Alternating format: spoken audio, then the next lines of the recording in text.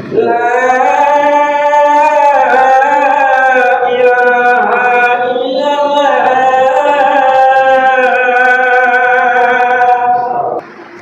الحمد لله نحمده ونستعينه ونستغفره ونعوذ بالله من شرور أنفسنا ومن سيئات أعمالنا من يهده الله فلا مضل له ومن يضلله فلا هادي له ونشهد أن لا إله إلا الله وحده لا شريك له ونشهد أن محمدًا عبده ورسوله يا أيها الذين آمنوا اتقوا الله حق تقاته ولا تموتن إلا وأنتم مسلمون يا أيها الناس اتقوا ربكم الذي خلقكم من نفس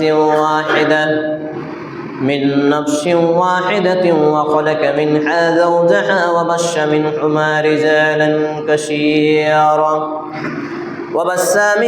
رجالا كثيرا ونساء واتقوا الله الذي تساءلون به والأرحام إن الله كان عليكم رقيبا يا أيها الذين آمنوا اتقوا الله وقولوا قولا سديدا يصلح لكم أعمالكم ويغفر لكم ذنوبكم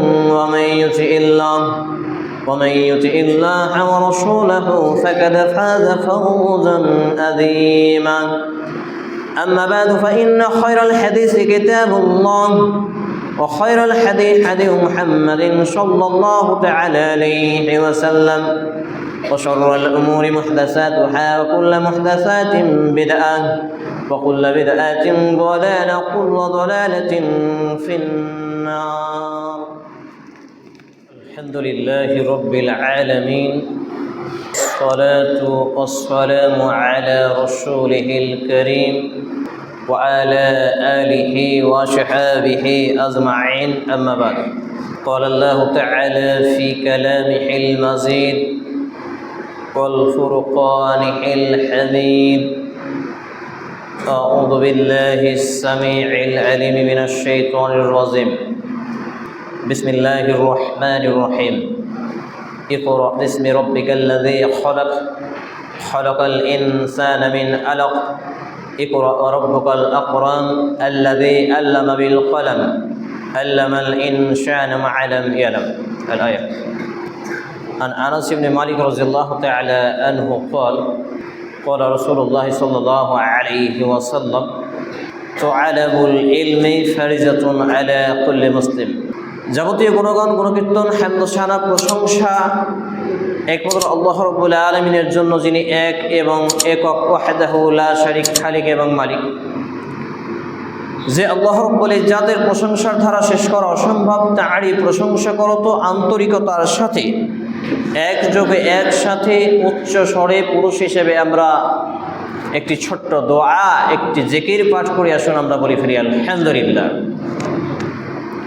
অতঃপর অসংখ্য দরুদ ও সালাম শান্তি দাবিত হোক আখিরি নবী রহমাতুল লিল আলামিন মা আমিনাল মুরদুল মুহাত্তা মহাপুরুষ মুহাম্মদুর রাসূলুল্লাহ সাল্লাল্লাহু আলাইহি ওয়াসাল্লামের প্রতি আমরা বলি আল্লাহুম্মা সাল্লি আলাইহি আল্লাহুম্মা বারিক আলাইহি সাল্লাল্লাহু তাআলা আলাইহি ওয়াসাল্লাম।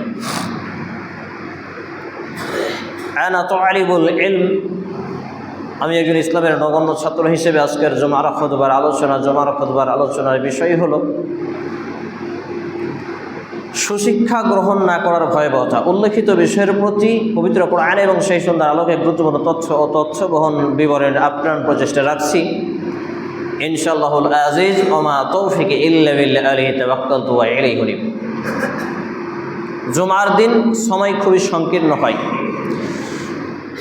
আর আমাদের দেশীয়ভাবে একটি নীতি চলে আসছে যে জুমার দিনের খুতবার সময় আধা ঘন্টা 30 মিনিট। এইটা প্রচলিত হয়ে গেছে যে জুমা কা খুতবা কা মৌজু, জুমার দিনের খুতবার টাইম, বিষয়বস্তু সংক্ষিপ্ত হওয়া যায়। এটা রাসূল সাল্লাল্লাহু আলাইহি সাল্লামের নির্দেশ। লেকিন जुमा का खुतबा का मौजू छोटा होना चाहिए, इसका मतलब ये नहीं है कि आधा घंटा में ख़त्म किया जाए, অর্থাৎ 30 মিনিটে আধ ঘন্টায় যে খুতবা শেষ করতে হবে এর কোনো বিধান ইসলামে আমার জানা নেই। পবিত্র কোরআন এবং সেই সুন্নাহর আলোকে যদি কেউ জানেন তাহলে বলবেন। এই জন্য আমি যখন খুতবা দিই, আলহামদুলিল্লাহ ফালিল্লাহিল হামদ, আজকে আপনাদের এই মসজিদ নিয়ে 423তম মসজিদে খুতবা। ইতি আগে গত সপ্তাহে 422টি মসজিদে খুতবা সম্পাদন হয়েছে। প্রতিটা জায়গায় আমি এটা চ্যালেঞ্জ করেছি যে আধা ঘন্টায় 30 মিনিটে খুতবা শেষ করতে হবে। কেউ কোরআনের একটি আয়াত, একটি হাদিস, একটা সালাফদের কল আপনি পরিবেশন করবেন, ইনশাআল্লাহ তাআলা মেনে নেওয়া হবে। কিন্তু আজ পর্যন্ত কেউ তা প্রমাণ করতে পারেননি। তাহলে বিষয় হলো, খুতবা শুরু করেছি, বিষয়বস্তু আছে, কোরআন এবং কোরআনের আয়াত এবং হাদিসগুলোকে সামনে রেখে আমি আমার আলোচনা সংক্ষিপ্ত করার চেষ্টা করব। 2-4 মিনিট 5 মিনিট ওভারটেক হতে পারে, অগ্রিম বলে রাখলাম। চলে আসি আমি আমার মূল আলোচনার দিকে। তারও আগে দুটি কথা আপনাদের সঙ্গে। প্রথম কথা হচ্ছে, যারা হাঁটু গেড়ে বসে আছেন আর হেলান দিয়ে বসে আছেন, গালে হাত দিয়ে হোক আর ঠেউনাতে ভর করে হোক আর দেওয়ালে হেলান দেওয়া হোক, যতগুলো লোক হাঁটু গেড়ে বসে আছেন হাঁটু ছুড়ে দেবেন।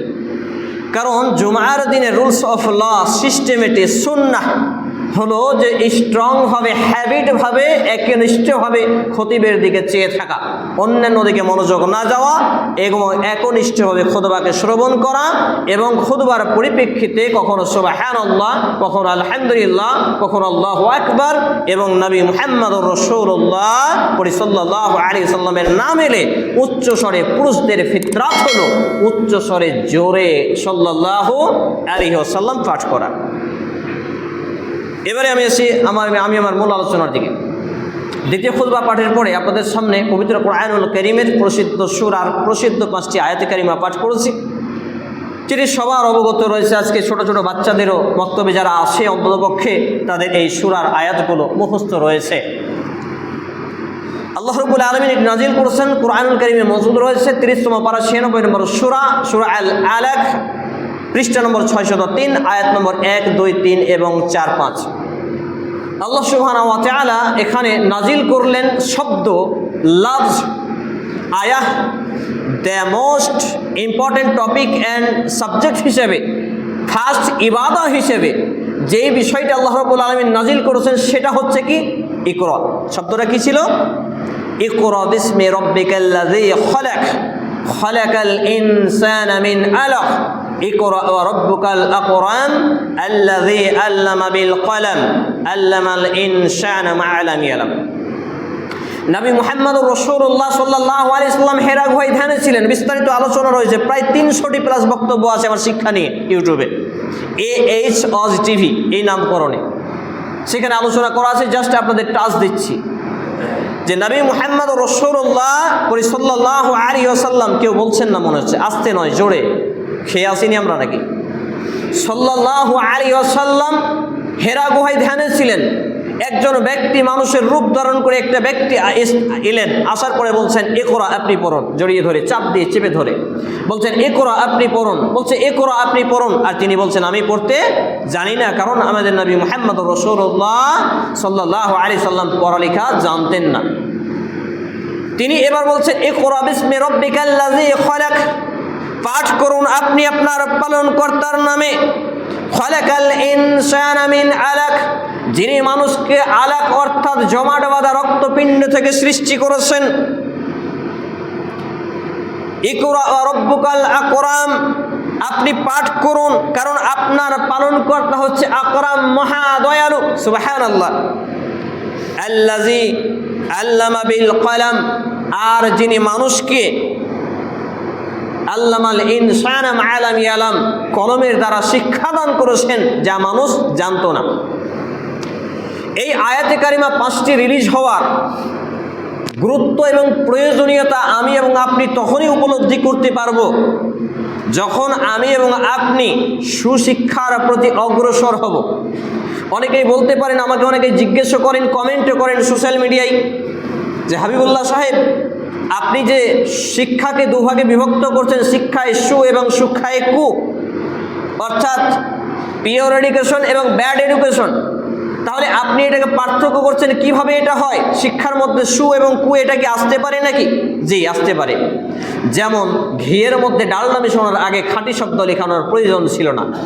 সরিষার তেলে আর অন্যান্য ভেজাল মেলাওয়াট করার আগে যখন পর্যন্ত এটাকে খাঁটি সরিষার তেল লেখার কথা ছিল না, দুধে পানি মিশ্রিত করার আগে, আজ থেকে 10-15 বছর আগে কিন্তু এইরকমভাবে খাঁটি দুধ বলে প্রচার করা হতো না। আজকে ভেজাল আছে বিধায় খাঁটি সরিষার তেল, খাঁটি ঘি, খাঁটি দুধ শব্দগুলোকে আজকে আমাদের ব্যবহার করতে হয়। একই রকমভাবে আজ থেকে 10-15 বছর আগে আমরা যখন শৈশবে ছিলাম দেখতাম একজন শিক্ষিত লোক, master, doctor, barrister, professor, engineer, এদের নৈতিক ছিল, দায়িত্ব ছিল, ইনসাফ ছিল, আদল ছিল। কিন্তু আজকে সেই শিক্ষায় সু এবং কু পার্থক্যকরণ কিভাবে হয়েছে?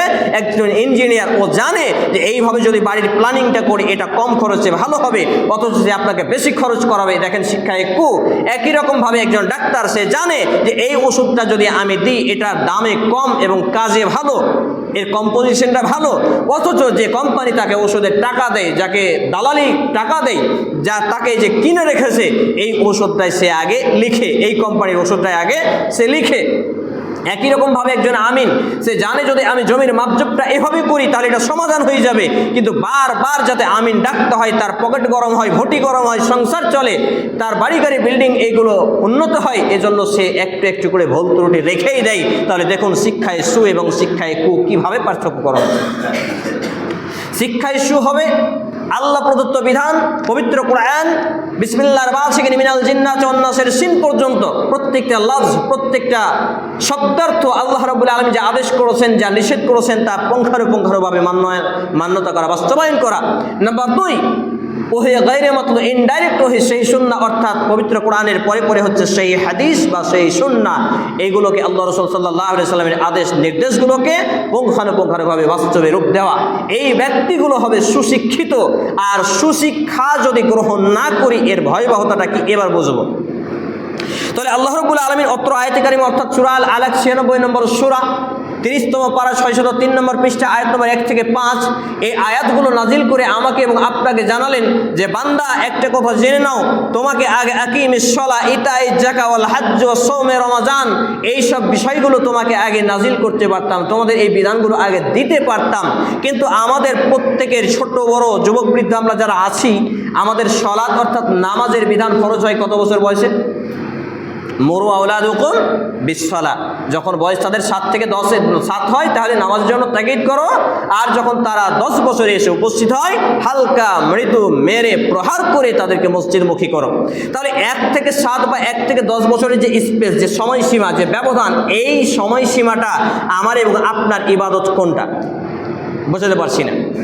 1 থেকে 10 বছর যে আমার নামাজ ফরজ হলো না, তাহলে এই ফরজ নামাজ ফরজ হওয়ার আগে যে ইবাদত রয়েছে, কারণ দেখুন পবিত্র কোরআন সূরা আজ-জারিয়াত 11 নম্বর সূরা 56 নম্বর আয়াত আল্লাহ রাব্বুল আলামিন বলছেন, ওয়া মা খালাকতুল জিন্না ওয়াল ইনসা ইল্লা লিয়াবুদুন, আমি মানুষ এবং জিনকে কেবলমাত্র একমাত্র এই উদ্দেশ্যে সৃষ্টি করেছি, ইল্লা লিয়াবুদুন, তারা কেবল আল্লাহর ইবাদত করবে আর তার সাথে কাউকে শরীক করবে না। একই কথা আল্লাহ তাআলা বলেন সূরা আন-নিসা 4 নম্বর সূরা 36 নম্বর আয়াত, সূরা আল বাইয়িনা 98 নম্বর সূরার 5 নম্বর আয়াত, সূরা আন-নাহল 16 নম্বর সূরা 36 নম্বর আয়াত।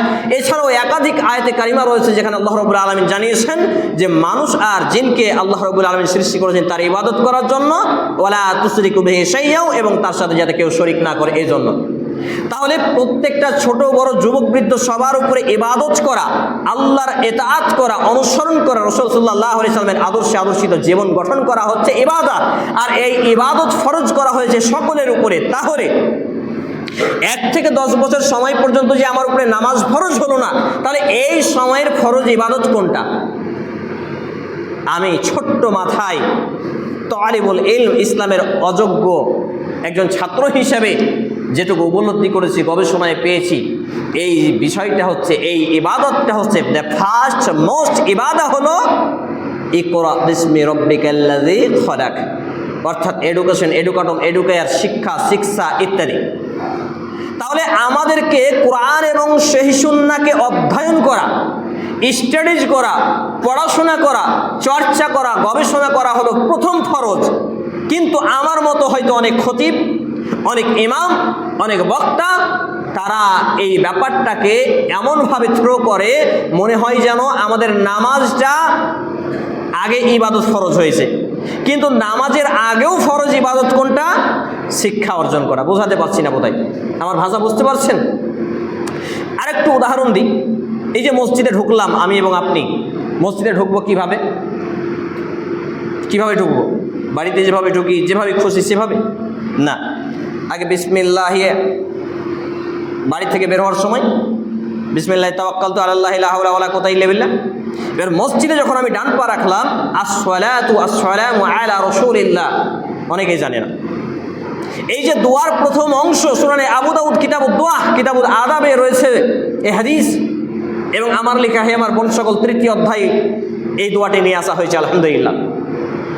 তো এই দোয়াটা প্রথম আসসালাতু আসসালামু আলা রাসূলিল্লাহ, সালাত ও সালাম বর্ষিত হোক নবী মুহাম্মদ রাসূলুল্লাহ সাল্লাল্লাহু আলাইহি সাল্লামের উপরে, দিয়ে আল্লাহুম্মা আফতাহ লি আবওয়াবা রাহমাতিক, এই দোয়া বলে ডান পা দিয়ে আগে মসজিদে ঢুকতে হয়।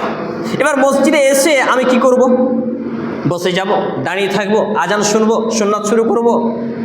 তাহলে এই যে টোটাল ডিপার্টমেন্টটা, অর্থাৎ আমার বলা, আমার উঠা, আমার চলা, আমার খাওয়া, আমার পড়া, এভরিথিং এ টু জেড, প্রত্যেকটা মোমেন্ট, হোক সেটা দিন অথবা দুনিয়া, হোক সেটা দিন অথবা দুনিয়া। এই যে একটা দেয়াল, এখানে একটা পিলার রাউন্ড করা হয়েছে, এটাকে দক্ষ মিস্ত্রি দ্বারা করা হয়নি। তাহলে এইটা জানকারি দিয়ে করা হয়েছে। যে ব্যক্তি লেবার, যে ব্যক্তি অন্যান্য ডিপার্টমেন্টের, সে ব্যক্তিকে দিয়ে এটা করাবেন আপনি? করাবেন না। তাহলে আল্লাহ রাব্বুল আলামিন আমার এবং আপনার উপরে যখন ইবাদতকে ফরজ করেছেন, তাহলে আমার এবং আপনার মধ্যে প্রথম, আমার এবং আপনার উপরে সর্বপ্রথম যেই ইবাদতটা ফরজ করেছেন সেটা হচ্ছে শিক্ষা করা। তাহলে আমি যে ইবাদতটা করব, এই জন্য ইমাম বুখারী রাহিমাহুল্লাহ কি বলেছেন? যে প্রত্যেক কথা ও কাজের আগে ইলম অর্জন করা, জ্ঞান অর্জন করা, কিতাবুল ইলম। তাহলে এর দ্বারা বোঝা যাচ্ছে যে দুনিয়াবি ক্ষেত্রেও আমরা যদি না জানি, তাহলে সেটা জানার পরেই আমাদের বাস্তবায়ন করতে হয়।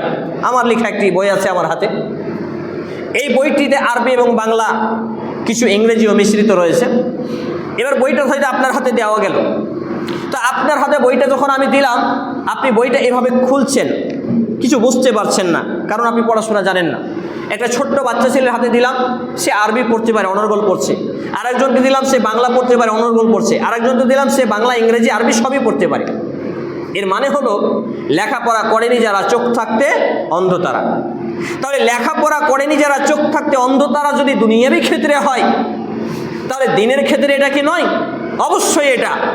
আমি ইবাদত করব, আল্লাহকে সাজদা করব, আমি মসজিদে আসবো, আমি খাবো, উঠবো, চলবো, বলবো, টোটাল আমার লাইফ অফ কোড, পূর্ণাঙ্গ জীবন বিধানটা হবে শিক্ষা দিয়ে ঘেরা।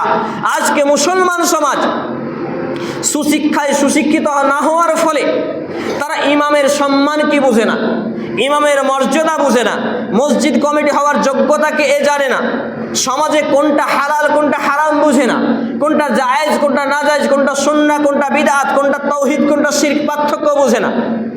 এভাবে দিবারাত্রি আমাদের সমাজ আজকে কুলুষিত হচ্ছে, আমাদের সমাজ আজকে পাপাচারে হাঁটছে। একজন ব্যক্তির পরিবারে শত শত গ্রামের সদস্য বেনামাজি রয়েছে, একটা গ্রাম্য সর্দার মরলের আন্ডারে শত শত পরিবার বেনামাজি রয়েছে, মাতাল রয়েছে, জেনাকারী রয়েছে, সেগুলো নিয়ে তারা কোনো পরোয়া করে না।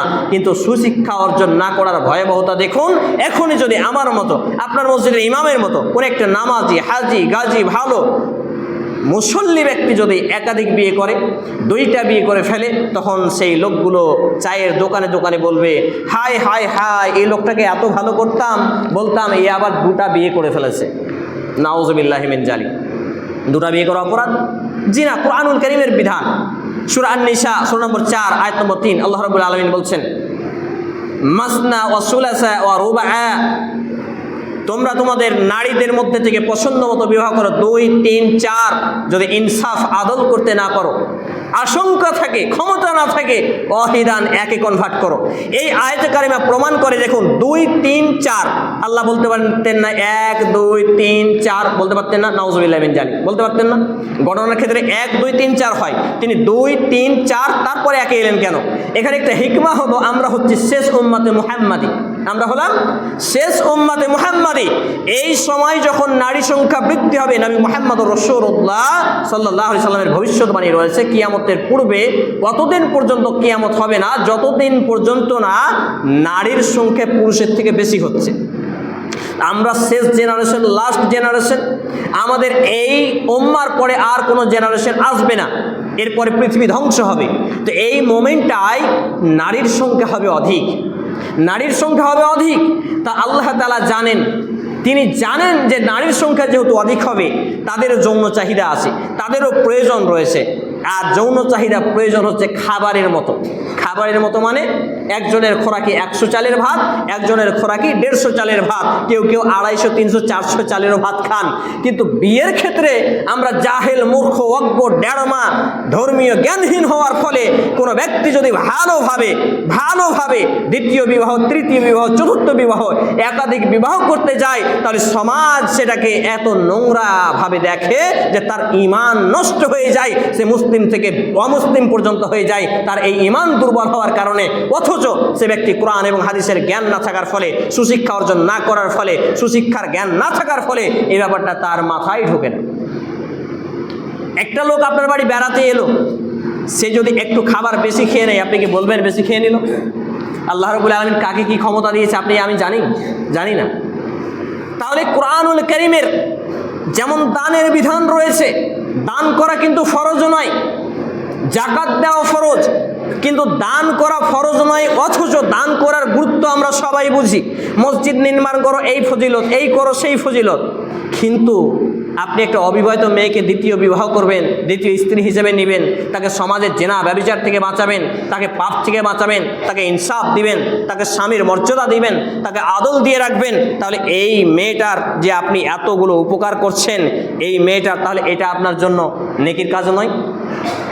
আজকে সমাজ ব্যবস্থা এতটা নোংরা হয়ে গেছে, সমাজ ব্যবস্থা গান বাজনা, হালাল হারাম বাদ বিবেচনা না রাখার ফলে আমার সমাজ থেকে ইসলাম আজকে ধ্বংসের দ্বার প্রান্তে চলে গেছে। আমি এবং আপনি বুঝতে পারি না। ইসলাম ধ্বংসের দ্বার প্রান্তে যায়নি। নামাজ ছেড়ে দেওয়া কি রে ভাই? নামাজ ত্যাগ করা কি? আমি দেখেছি অনেক মসজিদে 60 বছর, 70 বছর, 50 বছর, 40 বছরের বৃদ্ধ লোকগুলো, বাবাগুলো পুষ মাঘ মাসের ঠান্ডায় কনকনে শীতে বিছানাটাকে সরিয়ে ফেলে চাচির কাছ থেকে, দাদির কাছ থেকে সে আরামকে হারাম করে দিয়ে মসজিদ পানে ছুটে আসেন। অথচ তার বাড়িতে তার জন্ম দেওয়া, তার বীর্য দিয়ে তৈরি হওয়া সন্তান, তার জন্ম দেওয়া ছেলে মেয়ে যুবক যুবতী হয়ে আছে, এখনো তাকে নামাজের জন্য সেই বৃদ্ধ বাপ মা তাগিদ করেন না। লা হাওলা ওয়ালা কুওয়াতা ইল্লা বিল্লাহ।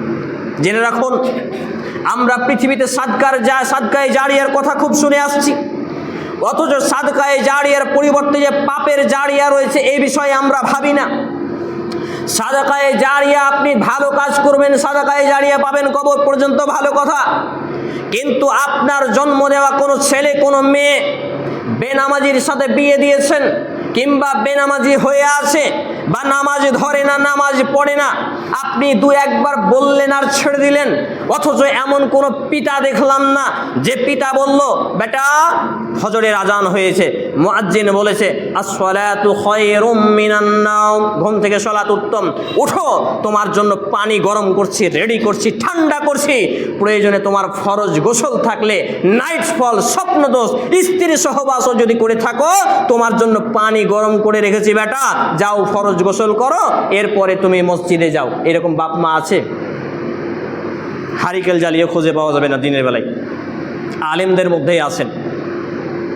সাজুর মোড় বিএড কলেজের পাশে একজন ইমাম আবুল হায়াত, দাঁতের ডাক্তার, তিনি আমারই বন্ধু। তার ছেলের প্রথম যখন এই নাইট ফলস হয়, আমি তার সঙ্গে আলোচনা করতে করতে তিনি আমাকে খোলামেলা ব্যাপারটি বলেছেন। তিনি বলছেন, তার স্ত্রী বলছেন যে আজকে বাদ দেন না, আজকে মনে হচ্ছে ব্যাটার একটু অন্যরকম সমস্যা আছে, আজকে ফজরটা নেই, বাদই যাক। তিনি বলছেন না, এটা হতে পারে না। কারণ কোন বাপ, বীর পুরুষ বাপ, মুসলমান বাপ, যার শরীরে রক্ত রয়েছে, লহু রয়েছে, এমন কোন বাপ নিজের নামাজ আদায় করবে আর বেটা বেনামাজি হয়ে ফজরের জামাত কাজা করে ঘরে ঘুমাবে, এই বাপ দুনিয়ার বুকে বেঁচে থাকা থেকে মাটির নিচে মিশে যাওয়া ভালো। আছে একটা লোক আছে আমাদের সমাজে এমন। সম্মানিত উপস্থিতি ভাই এবং বন্ধুগণ, তিনি তার স্ত্রীকে বললেন, কোনো ছাড় দেওয়া হবে না, কারণ আমি যদি দুনিয়াতে ছাড় দিই আল্লাহ তাআলা পরকালে আমাকে ছাড়বেন না। তোমার বেটাকে তুমি এতটাই ভালোবাসো, তোমার বেটাকে তুমি এতটাই সম্মান করো, তোমার বেটাকে তুমি এতই ভালোবাসো, দুনিয়ার তুমি সামান্য একটু লজ্জা, যেটা বৈধ, যে এখানে লজ্জা চলে না, ইবাদতের ক্ষেত্রে লজ্জা চলে না, আল্লাহর সন্তুষ্টির ক্ষেত্রে লজ্জা চলে না, আল্লাহর বাধ্যতার ক্ষেত্রে, আনুগত্যের ক্ষেত্রে লজ্জা চলে না। আরে লজ্জা হবে গানের ক্ষেত্রে, লজ্জা হবে হারামের ক্ষেত্রে, লজ্জা হবে পাপের ক্ষেত্রে। এখানে তো তার লজ্জা এখানে হওয়া উচিতই নয়, অথচ লজ্জা এখানে কি করে আসলো? সে উঠুক, উঠে গোসল করুক, ফরজ গোসল, পানি গরম করে দাও, পানি গরম করে তারপর তার ছেলে মসজিদে গিয়ে নামাজ পড়ে আসে। সুবহানাল্লাহ। আমরা তো ইমামদের, আলেমদের একটু সুযোগ পেলেই মানহানি করি, চায়ের দোকানে বসে বসে বিভিন্ন রকম অপপ্রচার করি। আমাদের ইমান, আজকে ইসলাম টিকে আছে আলেমদের জন্য, আজকে ইসলাম টিকে আছে আলেমদের জন্য, অথচ আমরা জাহেল, মূর্খ, অজ্ঞ, ডেড়মা হওয়ার ফলে আলেমদেরকে যে তার সুমর্যাদা, তার যে সম্মান, তার যে অধিকার, সেই প্রকৃত অধিকার, সম্মান, মর্যাদা দিতে পারি না। সম্মানিত উপস্থিতি ভাই এবং বন্ধুগণ, এ সবই চলছে আজকে সুশিক্ষা অর্জন না করার ভয়াবহতা।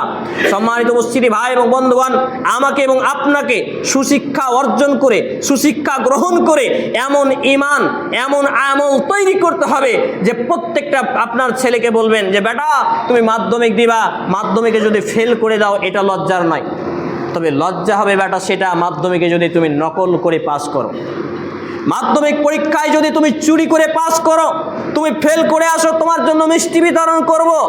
লজ্জা হবে তখন যখন তুমি ফজরে জামাত কাজা করবে, লজ্জা হবে তখন যখন তুমি জোহরে এখানে ওখানে বেড়াবে, লজ্জা হবে তখন তুমি যখন আসরে খেলাধুলায় ব্যস্ত থাকবে, লজ্জা হবে তখন যখন মাগরিবে বন্ধুদের সাথে আড্ডা পিটবে, লজ্জা হবে তখন যখন তুমি এশার জামাত ত্যাগ করে এশারের আগেই ঘুমিয়ে পড়বে, আর রাত্রি 12টা, 1টা, 2টা, 3টা পর্যন্ত মোবাইলে গান, ফ্রি ফায়ার, পাবজি, আর আপনার কি বলছে ক্রাইম পেট্রোল, সিআইডি, রিলস, ভিগো, হোয়াটসঅ্যাপ, ইউটিউব, বিভিন্ন নোংরামিতে মেতে থাকবে।